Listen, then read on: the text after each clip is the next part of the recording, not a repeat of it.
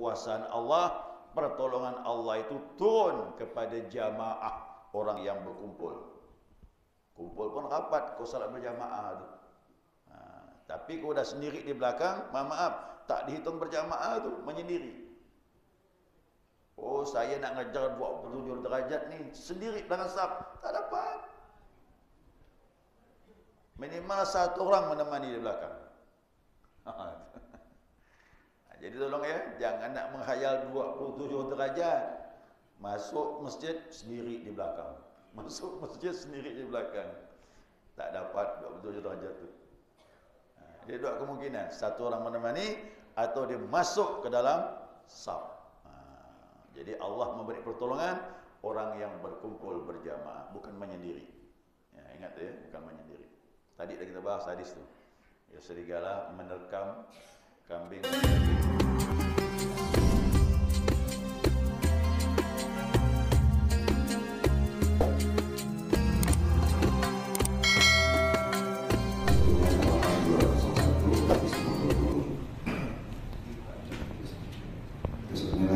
Halaman 174 hadis nomor 443. Wa an Abi Sa'd bin Ma'bad radhiyallahu anhu anna Rasulullah sallallahu alaihi wasallam amarahu ay yu'ida shalah rawahu Ahmad wa Abu Dawud wa Bismillahirrahmanirrahim. Alhamdulillahi rabbil alamin. Allahumma salli ala nuril anwar wa siril asrar wa tiryakil aghir miftahi babil yasar sayyidina wa maulana Muhammadin al-mukhtar wa alihi al-athhar wa ashabil akhyar adada ni'amillahi wa ibadalih. Subhanaka la ilma lana illa ma 'allamtana innaka antal alimul hakim. Allahumma dzakirna ma nasina wa 'allimna ma jahilna wa la haula wa la quwwata illa billahil 'aliyyil 'azim.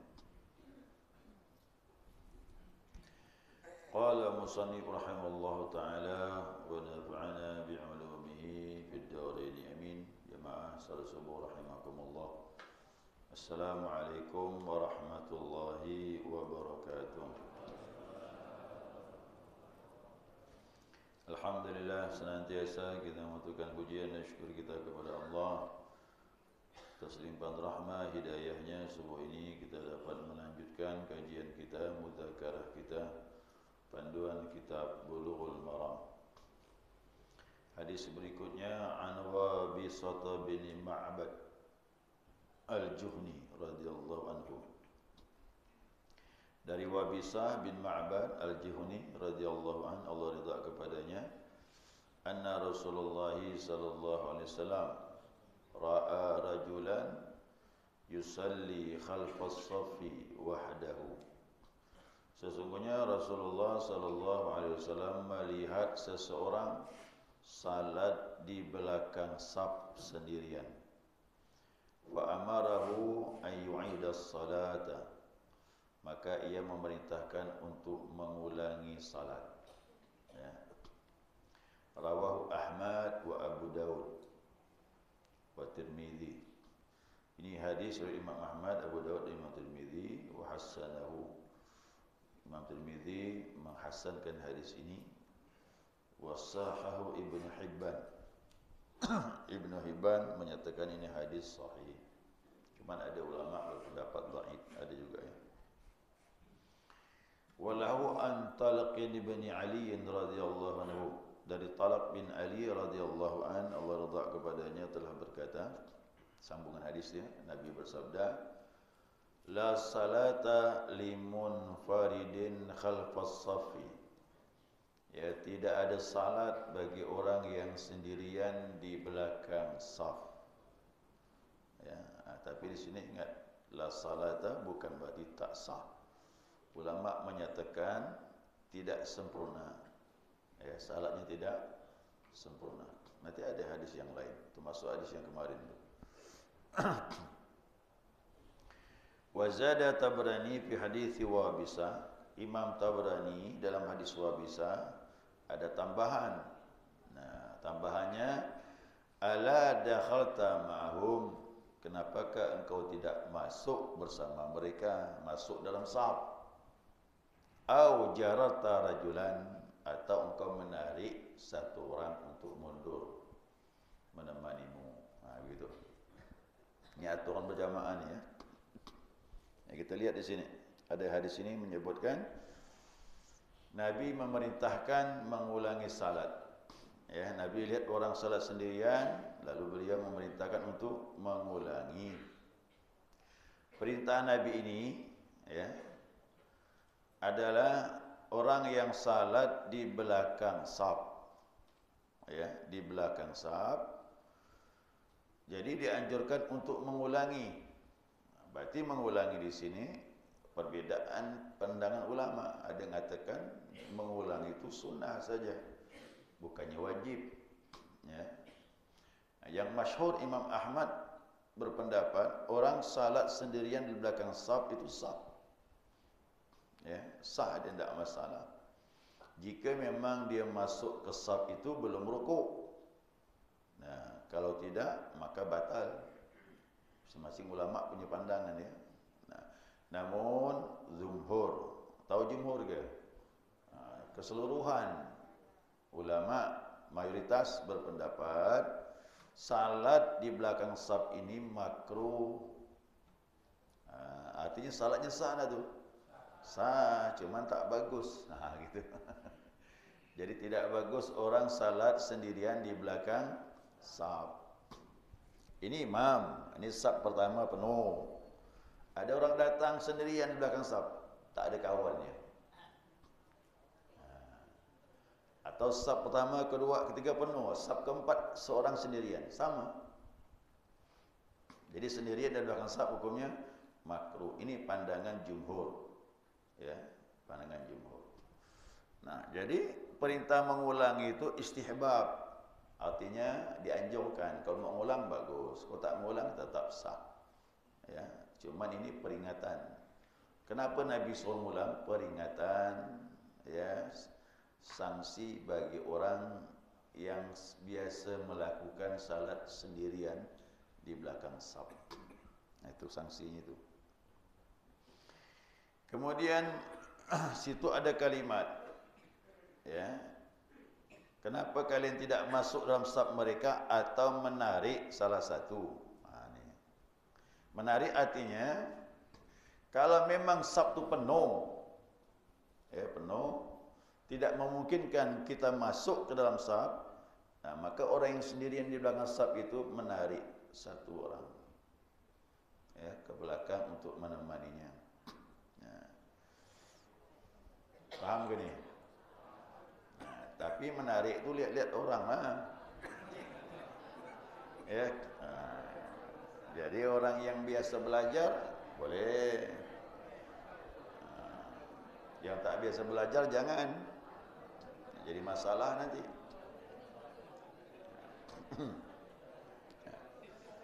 Cara menariknya pun nanti akan dibahas di sama ulama. Ya, cara menariknya.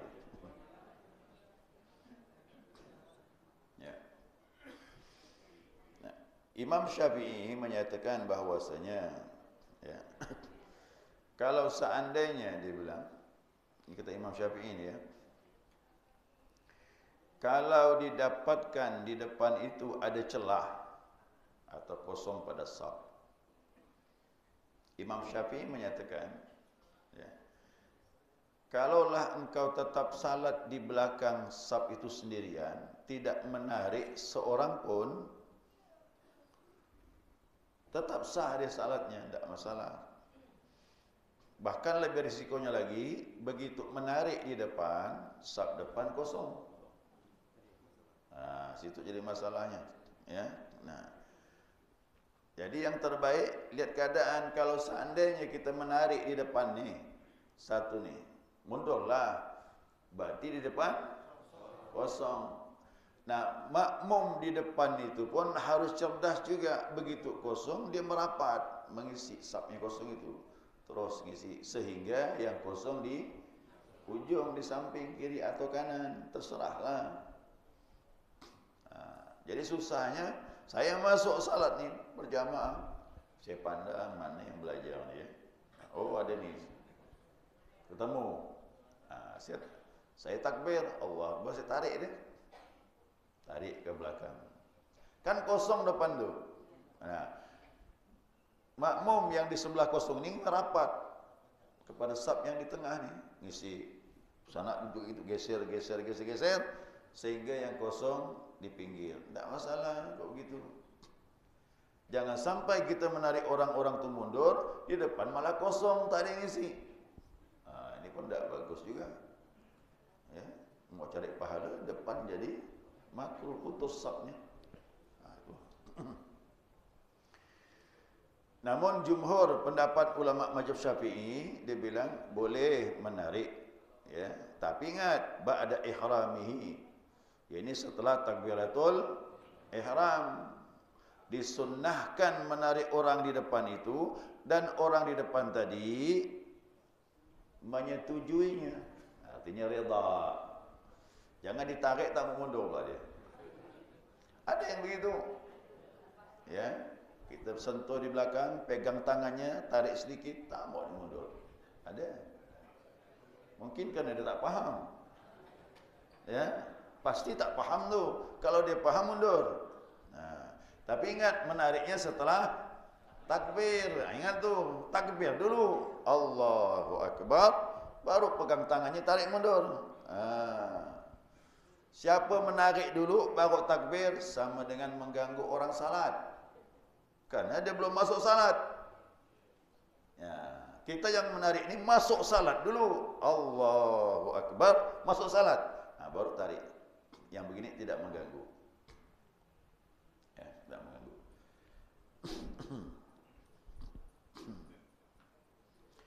Imam Ahmad berpendapat menarik orang tersebut di depan itu makruh. Imam Malik berpendapat siapa salat di belakang saf sendirian, salatnya sempurna sudah. Jangan menarik orang di depan, kata Imam Malik. Ini lebih berat lagi ni. Ya. Siapa orang yang ditarik, jangan ikut, kata dia. Gampang tu. Pendapat Imam Malik lebih keras lagi. Kalau Imam Hanafi lain lagi. Imam Hanafi dia bilang, jangan kau menarik seseorang, tunggu siapa tahu ada jamaah yang datang. Tunggulah. Sampai berapa lama menunggunya sebelum imam rukuk? Oh, imam ni baru baca Al-Fatihah, tenanglah, tunggu dulu. Mungkin ada, atau kita mendengar ada yang orang berwudu, tunggulah. Imam baca surah lagi. Alhamdulillah begitu datang makmum, sebelum imam rukuk masuk ke saf, baru kita bentuk saf baru, takbir Allahu Akbar. Jadi masbuklah tu, kemudian rukuk bersama imam. 04 baca Al-Fatihah, ya baca Al-Fatihah berapa dapatlah. Tetapi apabila imam sudah membaca surahnya sudah di ujung sudah. Ini tak lama lagi rukuk ni. Lihat tanda-tanda tak ada orang datang. Dahlah langsung takbirlah. Allahu Akbar. Kemudian baru tarik orang di depan.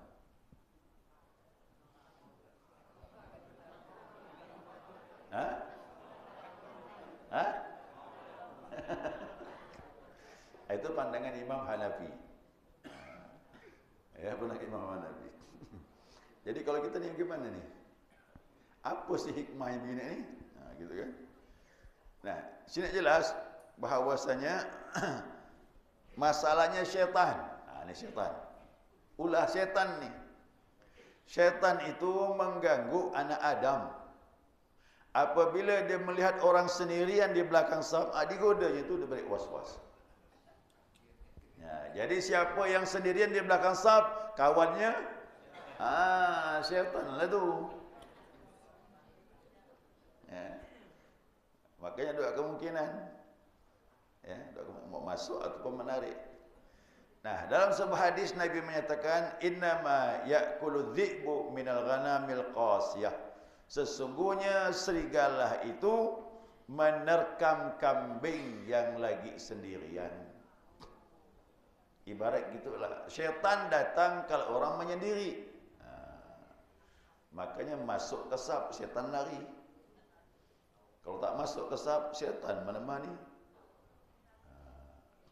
Makanya kuat berjamaah ni, berjamaah ni kuat sekali untuk mengusir syaitan. Yang demikian itu dilarang oleh Nabi SAW sendirian di belakang saf. Nabi memerintahkan untuk mengulangi salat.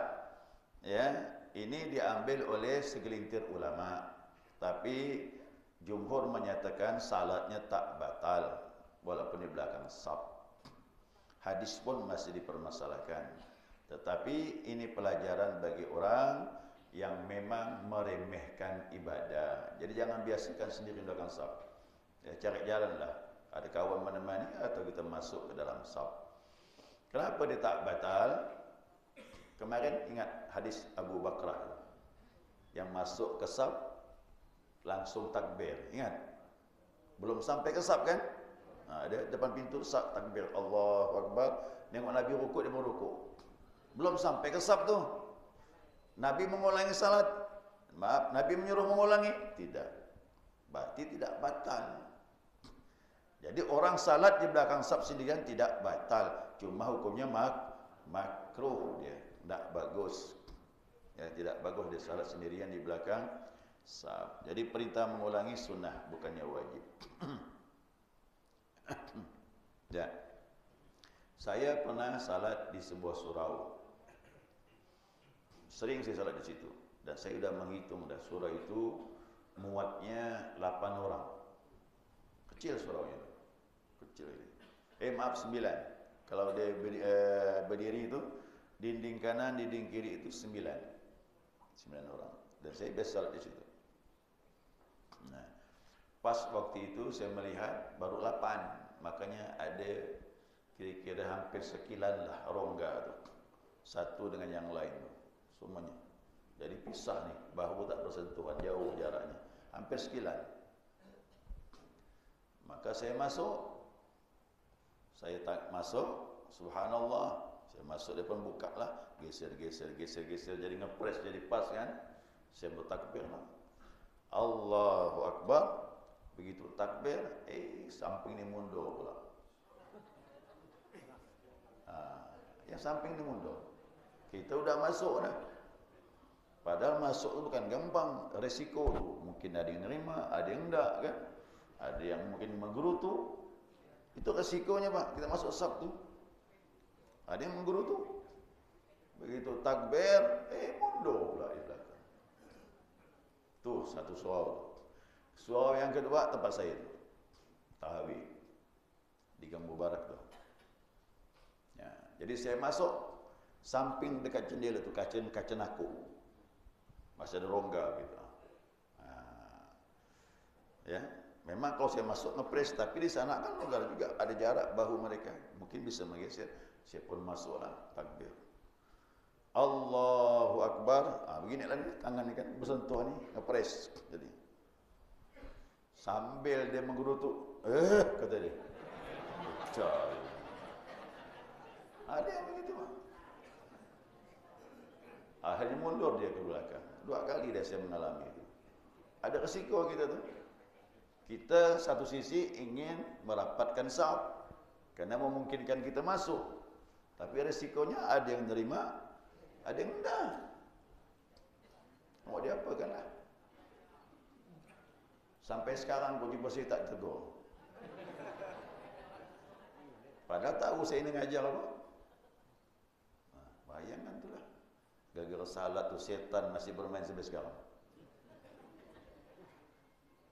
Setan masih bermain Pak sampai sekarang. Gara-gara nak meluruskan saf tu. Cuba kita belajar sini. Syaitan tu kata Nabi bilang apa? Asyaitanu aduwwun li bani Adam. Syaitan tu musuh anak Adam. Dia nak menganukkan hati kita ni. Dalam salat tu masuk syaitan. Mau diperbaiki syaitan tak mau dia.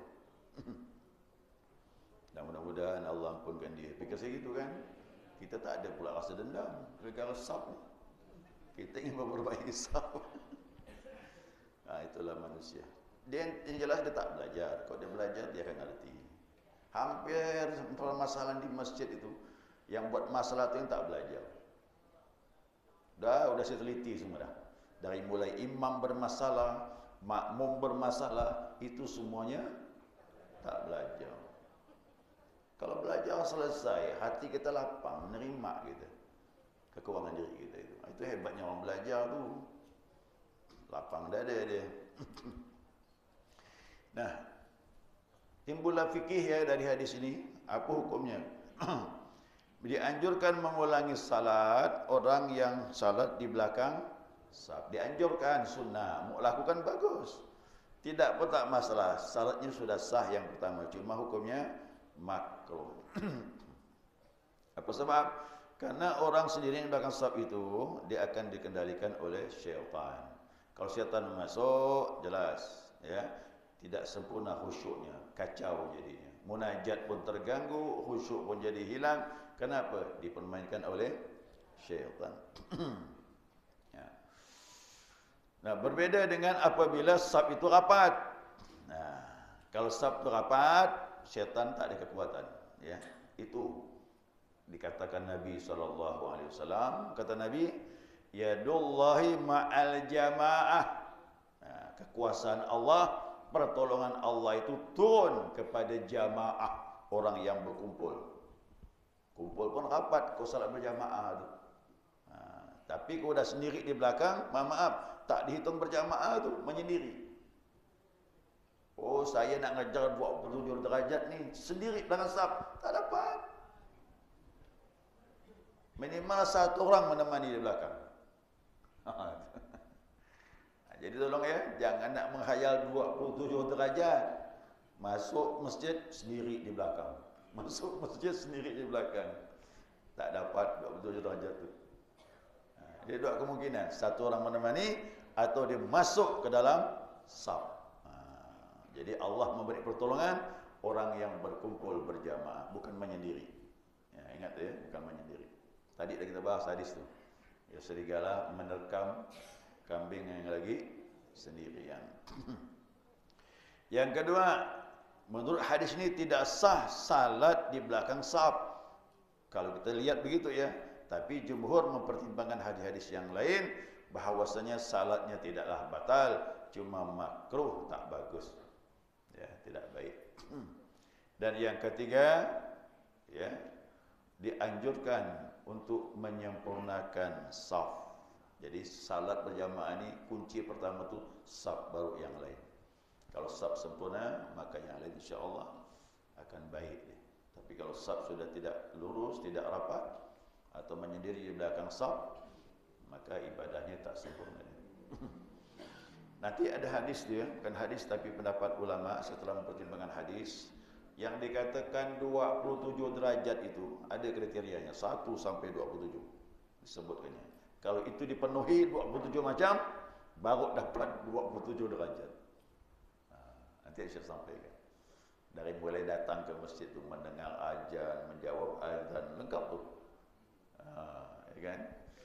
Jadi tak tinggal takbiratul ihram, safnya rapat, banyak macam syarat-syaratnya itu, barulah dapat 27 derajat. Ya wallahu alam. Sekira cukup dah. Ada pertanyaan silakan. Begini Pak Ustaz, sedangkan kita salat di belakang sendirian itu kan termasuk makruh. Bagaimana kalau orang yang begitu datang langsung diam di luar Pak Ustaz? Padahal salatnya pun sendiri di luar. Apakah itu termasuk berjemaah atau di luar jemaah? Ya, minimal kosong makruh dia membentuk saf di luar.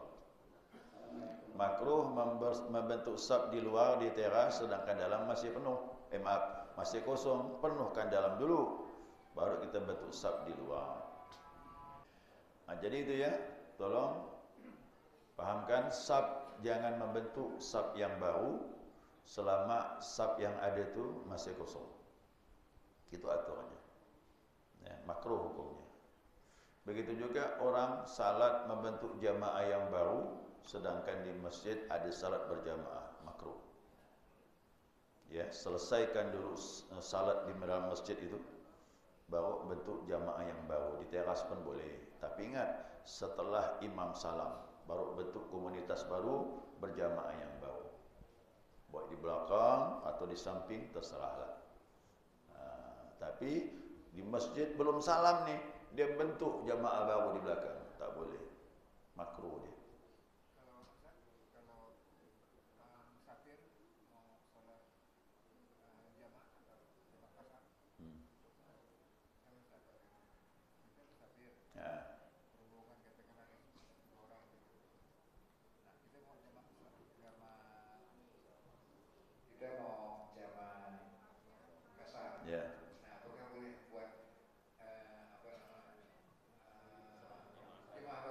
Boleh, tak apa-apa.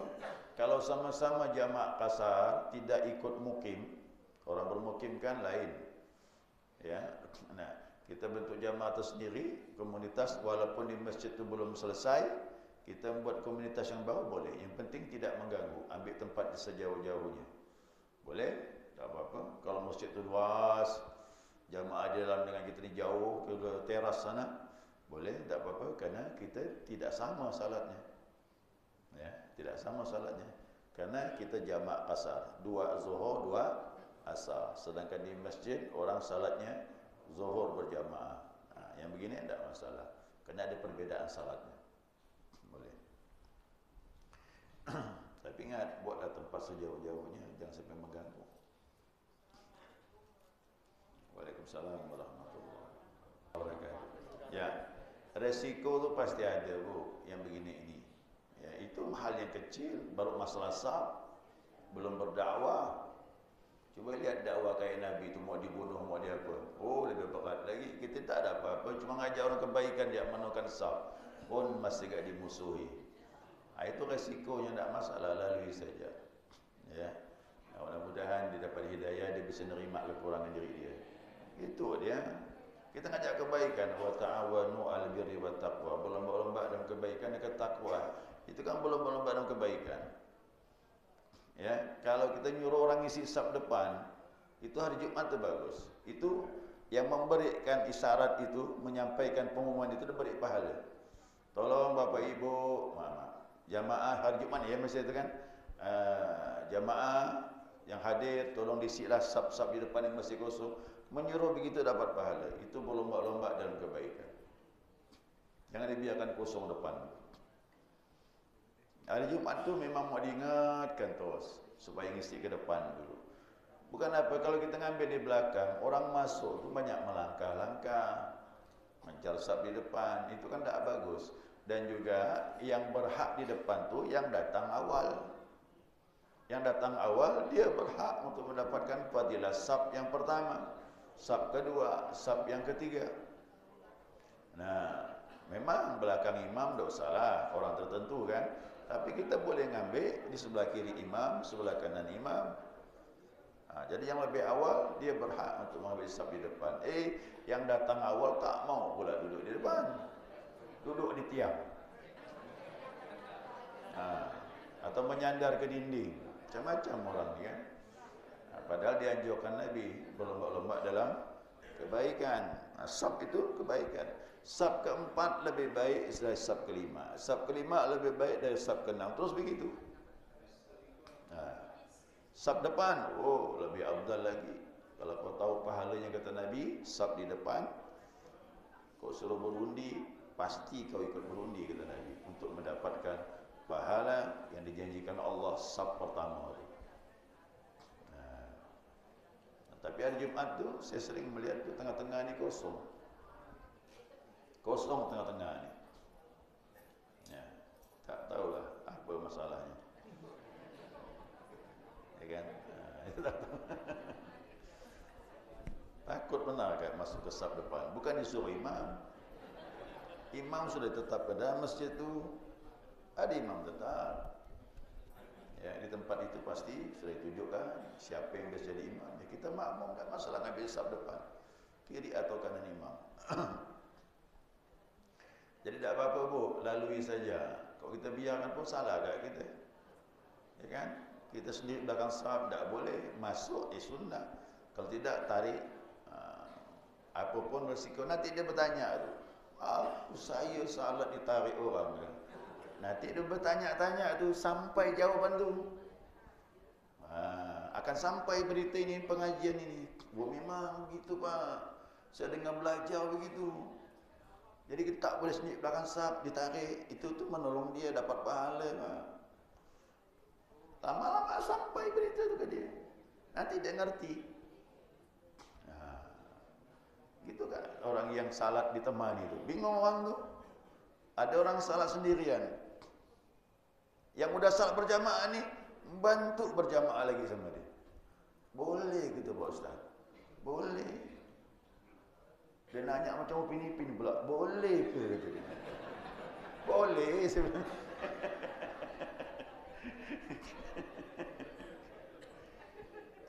Itu namanya sedekah. Sedekah tu. Kita berjamaah, lihat orang sendirian, kawankan dia, temani dia, dapat pahala. Sedekah tu. Begitu juga kita salat sendirian. Salat sendirian dah selesai ni. Tak lama rombongan datang. Ikut lagi berjamaah. Boleh. Untuk dapat fadilah berjamaah. Ini semuanya kena ada ilmunya. Kok ada ilmunya tidak jadi fitnah. Yang fitnah-fitnah ni yang tak belajar. Ya, yang tak belajar. Assalamualaikum warahmatullahi wabarakatuh. Boleh tahu masih tidak ikut himbauan kita. Karena kita meluruskan imam tu sunnah ya. Sunnah imam mengingatkan. Dan imam tidak perlu lagi untuk memeriksa saf. Tak perlulah. Kok zaman Nabi SAW lain. Kerana tidak ada sejadah. Di masa Rasulullah tidak ada sejadah. Jadi mau diperhatikan betul. Lurus nak. Bukannya nyaman meluruskan ni Pak. Ini sejadah ada garisnya. Selisih-selisih sedikit tak kelihatan. Masih lurus. Dulu tidak ada sejadah. Tanah lantainya. Jadi berdiri Nabi itu menghadap makmum. Belum Nabi tidak menghadap mihrab. Berdiri makmum. Nabi pun berdiri juga, mandang. Udah betul, tidak ada yang muncul. Badan kan ada yang muncul, ada yang tak tu. Selisihnya ini bahu. Kalau bahu selisih, berarti safnya selisih. Tapi kalau bahu ditemukan, insya-Allah rata. Udah betul, lurus, baru Nabi menghadap kiblat. Takbir. Dan pernah juga hadis yang lain, Nabi tidak menghadap makmum, tapi Nabi belum takbir. Istawu, kata Nabi, luruskan, rapatkan. Aku melihat kalian sebagaimana aku melihat di depan. Langsung rapatlah makmum. Takut ya? Nabi kok belum rapat, belum takbir. Tapi kuncinya saf di depan. Nabi tak memperhatikan saf di belakang. Apa sebab? Kuncinya di depan. Tarik jamaah di depan, lihat yang memang yang mengerti, yang biasa belajar. Nah, kenapa? Risikonya kecil. Kalau orang biasa belajar, kita tarik, risikonya kecil. Insya Allah akan selesai masalahnya. Tapi kalau kita tarik orang yang jarang belajar atau kita ragu, takutnya jadi masalah. Tadi itu menggerutuk lah dan sebagainya. Ya, mau di sebelah kanan bagus. Kalau seandainya semuanya paham. Oh, ini hebat nih. Imam paham, semua makmum paham. Anggaplah gitu ya. Paham, semuanya belajar. Kitab fikih khatam untuk masalah ibadah salat. Ini masih banyak belum khatam nampak ni. Ya, khatam lah udah, semua pandai. Bagaimana aturannya? Ngambil di belakang imam. Tarik di belakang imam ni, mundur ke belakang, buat saf baru, sinek kosong, rapat. Ke kanan merapat, hingganya kosong di pinggir sebelah kanan. Selesai. Kalau semuanya belajar, semuanya paham. Kalau tak paham bagaimana? Udah, cari yang pahamnya lah. Yang ada sebelah kiri Pak Ustaz, yang kiri tarik. Menemani kita di belakang. Nanti setelah itu yang kosong dia merapat, biarkan kosong nanti di pinggir sekali. Gitu ya. Sebelah kanan lebih baik dari sebelah kiri. Itu aturannya. Sebelah kanan lebih baik dari sebelah kiri. Kalau ada yang belajar di sebelah kanan, sebelah kiri ada juga kanan, ambil sebelah kanan. Karena kanan lebih baik. Masalahnya biasanya di depan ini biasanya kosong, karena dia tidak paham gitu. Nah itulah masalahnya. Kalau kita tarik dia mundur, depan kosong. Depan tu merapatlah. Merapat sehingga kosongnya di pinggir. Nah, jadi itulah resikonya kalau kita menarik. Alhamdulillah Yang mundur dia mengerti, yang di depan pula tak mengerti. Dibiarkannya kosong, malah putus saf tu. Nah, Berarti boleh ngambil yang sebelah kanan tadi. boleh ambil sebelah kanan, boleh. Yang penting tarik orang yang mengerti, kemudian yang kosong tadi itu diisi. Kemudian kosonglah di pinggir sebelah kiri atau sebelah kanan. Nah, kemudian yang kedua, berarti ya 2 orang. Saya nih ngambil pengalaman saya. Kalau saya salatnya di depan di mihrab ini, kemudian makmum 1 orang ambil di sebelah kanan. Ya, ambil sebelah kanan. Nah, makmum yang datang ini jarang dia mengambil langsung di sebelah kiri. Yang datang kemudian. Seharusnya kan begitu.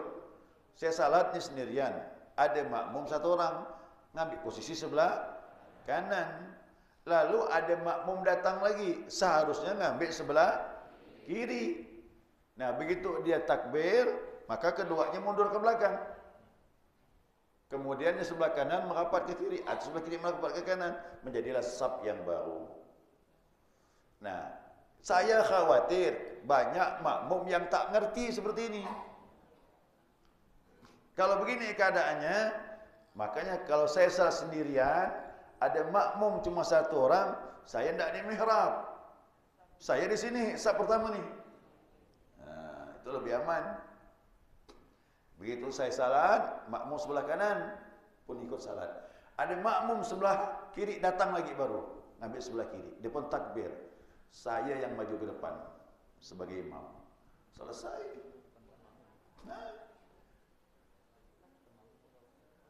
kalau makmum yang mengerti, dia harus ngambil sebelah kiri, tapi biasanya masuk dulu di belakang saf nih, langsung betul saf baru. Namun tidak mau yang di belakang mundur, sebelah kanan ini mundur ke belakang, membantu saf yang baru. Nah, saya ini beranggapan belum tentu makmum itu paham, maka untuk selamatnya saya tidak di mihrab. Kalau makmum cuma 1 orang, saya di sini lah nih, saf pertama nih, makmum sebelah kanan. Datang yang baru ngambil sebelah kiri, dia bertakbir, saya maju ke depan. Selesai, yang belakang tinggal merapatkan. Nah, dah. Gitu aja. Ya. Baik, segera cukup nih, waktu sudah habis dah.